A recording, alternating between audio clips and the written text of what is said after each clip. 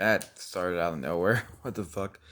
Hey, I guess I'm gonna make a special worry with Cary today. I haven't done this in a while anyway, but I want to talk about some things on my mind. First of all, NXT. So yesterday, if you haven't heard for some reason, Dakota Kai and Raquel Gonzalez became the first ever NXT Women's Tag Team Champions. They were awarded the titles by William Regal because of a screwjob finish last week in the actual WWE Women's Tag Title match. Which makes sense. I really don't think a women's tag title is necessary for NXT. I think a women's secondary title. I would love to see a women's TV title personally, but maybe that's just because I made that in Journey of Wrestling. But whatever.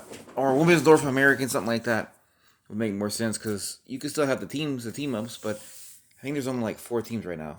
It's just kind of like there is on the main roster for the women's. But so in my opinion, it doesn't really need it. But okay. Then this was great because Dakota Kai was finally champion. And Raquel Gonzalez, I'm not the biggest fan of her, but I've really enjoyed her work recently. She's been getting a lot better and coming into her own as a character. Her match with Rhea is really good. The last woman standing, I like that a lot. But an hour later, roughly 53 minutes, they lost the tag team titles on the same show they were awarded them in their first reign to Shotzi Blackheart and Ember Moon. And I like Shotzi and I like Ember. I like both of them. They're great. And they're kind of fun as a team. I don't think they really have a lot that makes them fit together as a team, but, okay, whatever. But this, to me, was just ass. It's terrible booking. It's fucking garbage booking. Like, even take away the fact that it was Dakota Kai's first reign. You have a title created on a show. The first champion holds it for less than the length of that show. Like, has anybody ever done that crap? I can't think of anybody who's ever done at least the closest I've ever seen is I think there's been title reigns that last at least a day. I don't know if there's ever been a champion that first created it was only a day long.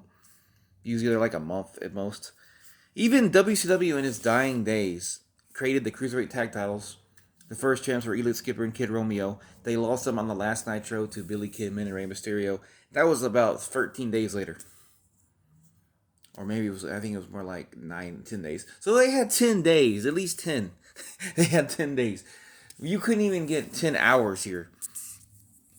To me, that's just shit booking. That's horrible. It's garbage. If any wrestling company did it, I don't care who it is, it's just ass. And people are saying, well, it's to build Raquel and Dakota to have a feud, and Raquel's going to feud with Io. You still could have did those things and kept the titles on.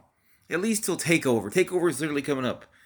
And maybe people say, well, Raquel needed to face Io Shirai for the title to take over, and then they couldn't have 2 matches. Well, okay, I get that. You technically could, because it's 2 days anyway. But also, yeah, okay, fine. But you could have made a number 1 contenders tag match for the women. You could have made the Way versus Shotzi and Ember, and then they get a shot at the next NXT. And then you could have Raquel's champion. She loses because Dakota gets pinned, and then she's mad at Dakota. So there you have a little ready-made feud. Oh, look at that. Brilliant booking. It's not that fucking hard.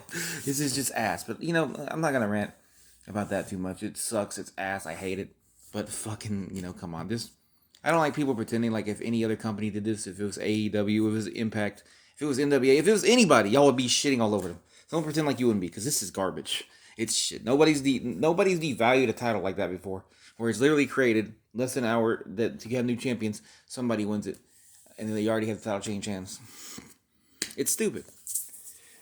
Like if Cody had lost the TNT Championship in his first defense, which I believe was against Isaiah Cassidy. No, I think it was against Scorpio Sky. I believe. Don't quote me on that. I have to go look. I have to check, but that would have been 9 days, I think, because he defended not on the first Dynamite, but the next one. I think it was 13 days, 9 or 13 days. You know damn well that a lot of people would have been bitching about the fact Cody lost the title way too fast when it was first reign. Don't pretend like they wouldn't be, because it's stupid. It's shitty, in my opinion. A first reign should be at least a month long. It really should be 3 months long, but at least a month to build up that title. And if you want proof that this is stupid, in the W games where you can make titles and you have to get prestige, if you have a title like that and you do exactly what NXT did, you will lose a lot of prestige. It will be pretty much worthless after you do it. The game itself is telling you this is bad booking. Like Play 07 or something. I think they still let you make titles. Anyway, the other thing I want to bring up is kind of a more serious point. So, basically, I've seen some things on Twitter. People who are mad at various people for them being horrible people. That's fine.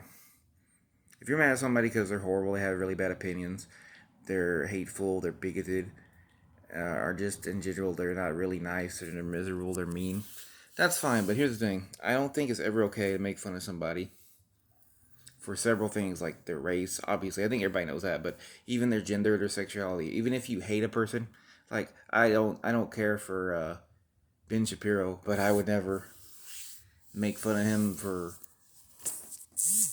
being a, I guess being a man doesn't really make sense. Or I guess I would never make fun of his gender or anything like that. I'd make fun of him for being an asshole, basically. Something like that. I'm trying to think of some other examples. Like, because in my opinion, that's not cool. And I haven't seen anybody do that specifically, but it looks like some people are leaning towards that.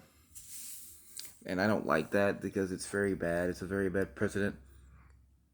You should, if you're gonna be mad at a person, be mad at a person for who they are, not for what they are. For who they are as a person. It's like if you're mad at me, that's fine. Be mad at me for who I am. Don't be mad at me because I'm a cracker and I'm pan, or I'm cis. What else? I'm American. And like, be mad at me because I say or do some dumb shit that you don't agree with, or what you think is dumb shit. If you're mad at me for being bad about that whole spiel there, that's fine. Don't hate somebody for being trans. Don't hate somebody for being cis. Don't hate somebody for being white or black or Latino or Asian or anything like that. Or don't hate them.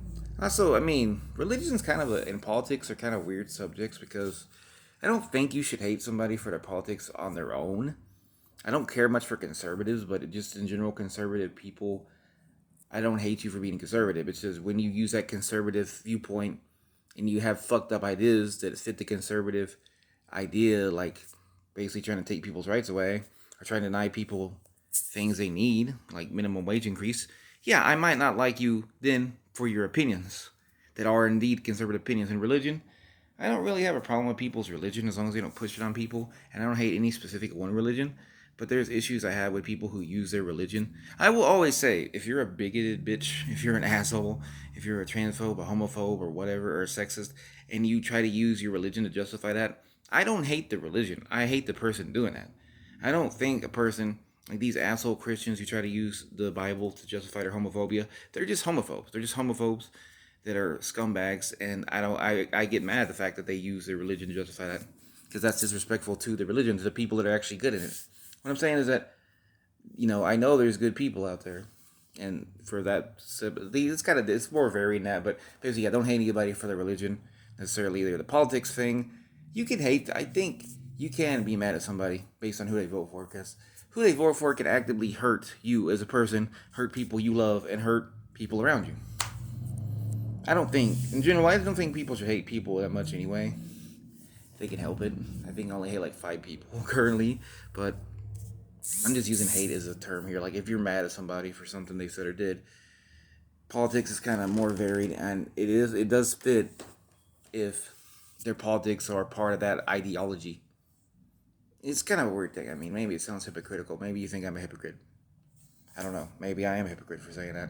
Why is politics different than religion? I guess you could say. Since you can choose both. I think because religion doesn't really hurt people unless people make it hurt people, and politics can hurt people a lot. That's the difference there, I think. See what I'm saying? Religion can hurt people. There's ideas in religion, but the people have to perpetuate them. In politics, like conservatives to me, the whole conservative ideology to me is pretty harmful. At least the main idea of it. There might be some parts that aren't that bad, Just like there's some parts of liberal ideologies that are very messed up. And I'm not necessarily a liberal, by the way. I'm not. I'm an anarchist. I'm an anarchist socialist, actually. I'm definitely not a capitalist. Because fuck capitalism. Even if you're a capitalist, I don't have a problem with you being a capitalist. I just don't think capitalism works. That's my opinion on that. If you're a good person, but if you're using capitalism to justify your position and it's a fucked up position, then yeah, I might, and I'm not gonna insult you for your capitalism, but I can get why that part of you, it does influence who you are as a person. Anyway, this is a really long video. I ramble a lot. I feel like I should say something more positive at the end. What should I say? Oh, I'm gonna recommend a match on the network, and I'm gonna recommend a song. Because why not? Oddly enough, this is very weird. Both these things. So on the network, I don't remember the exact SmackDown, but it's in 2003 in June something. I believe it's June. There's a great Chris Canyon, Rey Mysterio match. This match is awesome. You'll see Rey do moves you probably haven't seen him do in at least a decade, and you might never seen him do. And Canyon is amazing in it too. Canyon is very underrated. I wish he would have got more Raw and SmackDown matches. The guy deserved. He should at least been a U.S. champion, at least, and a tag team champion. He was tag team champion. He was U.S. champion, but he didn't really get to defend that much. So I mean, like a real U.S. reign, like where he actually had it for months. And as for a song, this is gonna sound really weird coming from me, but oddly enough, I'm gonna recommend Shaq's best rap song. Yes, you heard me right. Shaquille O'Neal, the guy who just wrestled Cody in the tag match, the basketball player, Shaq Diesel, which is a pretty bad album, but it does have some good beats on it at least. And his best song is actually a song where he doesn't do that bad, called "I'm Outstanding." Go check that out if you want. And if that's not your jam, maybe let me think of it. Go. "Letter from a Thief" by Cheville. If you're not into rap, there you go. Have a great fucking day. Love you.